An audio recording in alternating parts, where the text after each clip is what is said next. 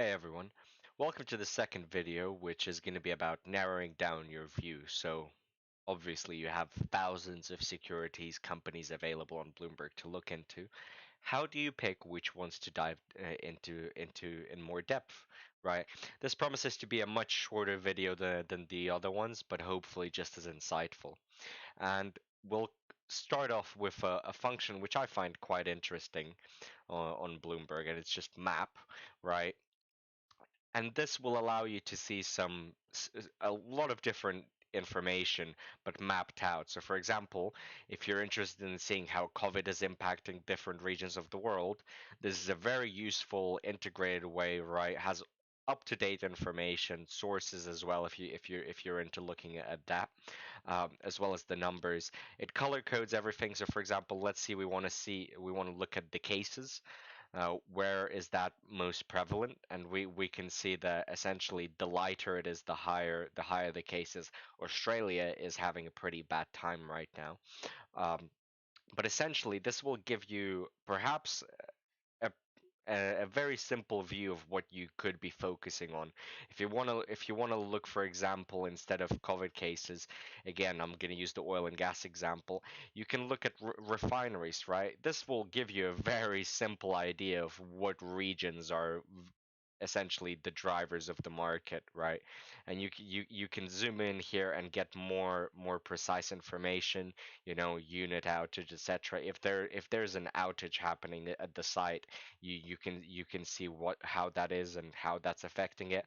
But as well, perhaps something more interesting for following the markets a little bit would be world equity markets, where you can, instead of having all of those codes and names, etc., which you might not understand at the beginning of your career, you can see the same information, but instead on a map, right? So obviously this will show you which regions and countries are doing really well. But hopefully this could narrow your view down geographically if you're spread out. Now, if you're focused on a single region, that you probably don't care about this, and I'm going to move into the two functions which I absolutely love for screening and tracking. And the first one is just W, right? It's worksheets, and this will allow you to. This is going to be incredibly customizable. Now I have one worksheet, autos. I'll open it up as an example, but you can build these out in immense detail, and you can essentially have a spreadsheet where you input a security name like FR, right? So I can change this if I wanted to Coca-Cola, right? So KO, US equity, etc. And then all of that information is going to get updated if we just find it now. Here it is. That entire row was updated for the company, right? Now let me do this backwards, because this spreadsheet essentially has all of the auto parts companies that I was following. Yeah, and you can group these, as you would have noticed. So I prefer to group them in regions. The way that you can do that is, I think, through for analytics, etc. But essentially, you can build out this spreadsheet and have all of the different information just retrieved from Bloomberg immediately. I like to track analyst ratings as well as the target price, so I can sort of compare, okay, what's the price at compared to what the street thinks it should be. And another great thing is you can sort. So if you right click on a column header, you can sort it high to low, low to high, whatever. So this is percentage change of the stock price in one day. So now within my groups, they are sorted from the best performers of the day to the worst performers of the day, right? As well as this thing, which is amazing. It tells you whether there's any press releases, earnings releases. This is a news streak, so if there's a lot of news coming out in a row about it, that's what you want to be looking at. Again, sort of relevance, and you can launch company news from here and delve a bit deeper into it. But if you have a personal portfolio, this is a fantastic place where you can track how it's doing, and you can also track all the different key metrics, right? This doesn't have to be aimed at price target. I can also for example, involve PE ratio, right? The Bloomberg price to earnings ratio. Here, where available, we're going to see that it has the ratios available, but you can customize this incredibly. You can not only have numbers, you can change some of the columns into data visualization. So, for example, bar charts, and the bigger the bar charts, essentially the bigger the move, so on and so forth.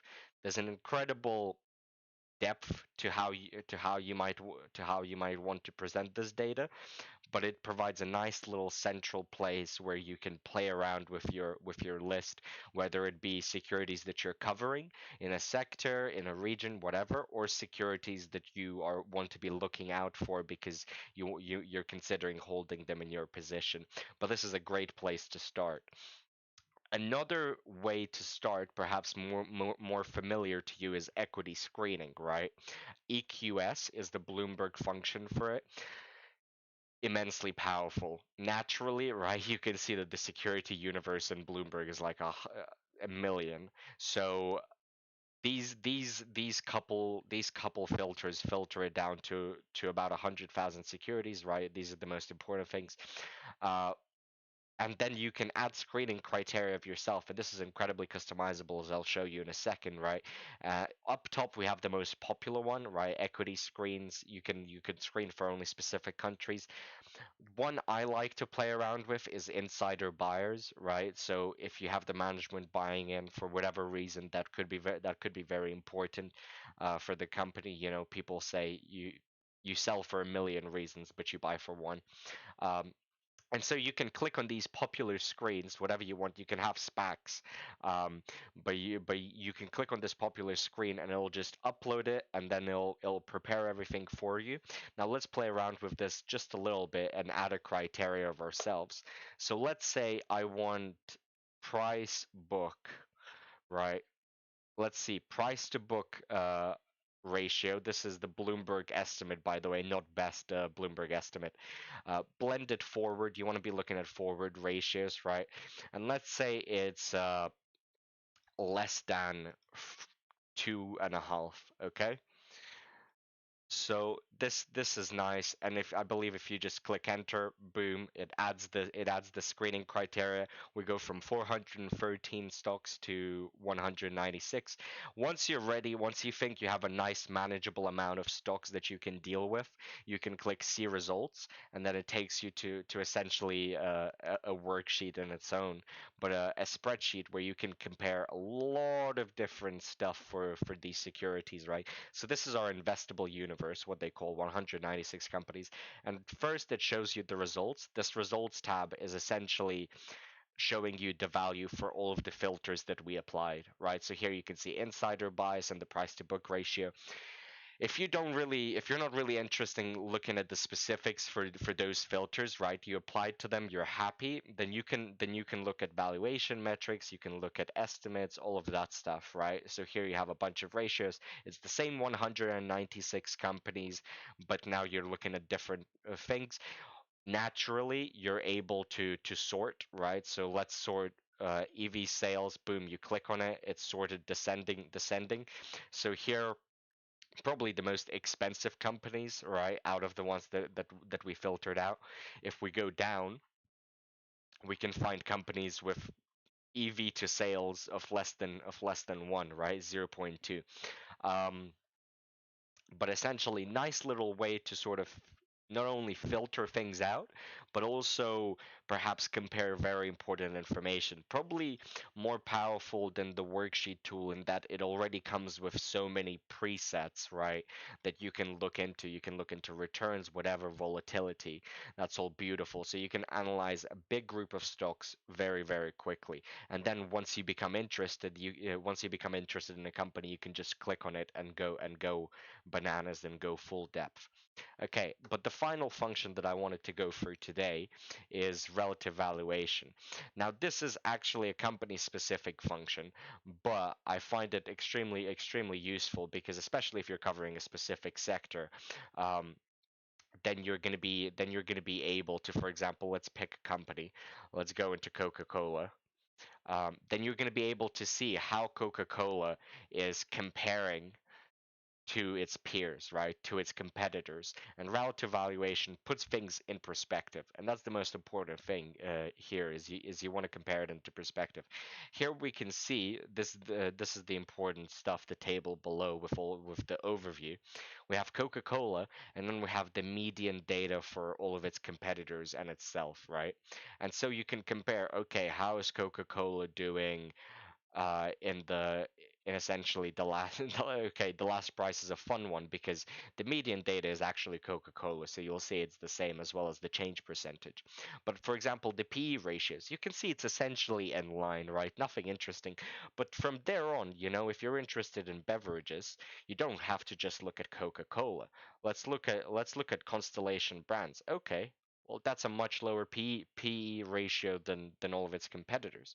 Okay, let's have and then you can again, similar to the equity screen, you can look at a lot of important information, but just for essentially this subsector of companies. So if you're just been reading a lot about a specific industry, a specific subsector, this might be good to sort of try and find the diamonds in the rough, right? And then you also get some graphical information which you should be able to play around with a little bit here, right? And then go into equity relative valuation once you're ready. But this is essentially my process for narrowing down and deciding on which stocks to analyze a little bit more in depth on the Bloomberg terminal. Obviously, it has to be noted that a lot of the research that will go into picking a company to value or analyze isn't going to be on the terminal, right? It might be looking at the news externally. It might be looking at press releases, all of that stuff, which to be fair is also accessible on the terminal. But these are the couple of functions that I love the most for that specific purpose. As usual, I'll include the link to the resources page, which I mentioned in the first video, and I'll see you in the next one, looking a bit more at the functions that you can use to analyze a company once you've picked it.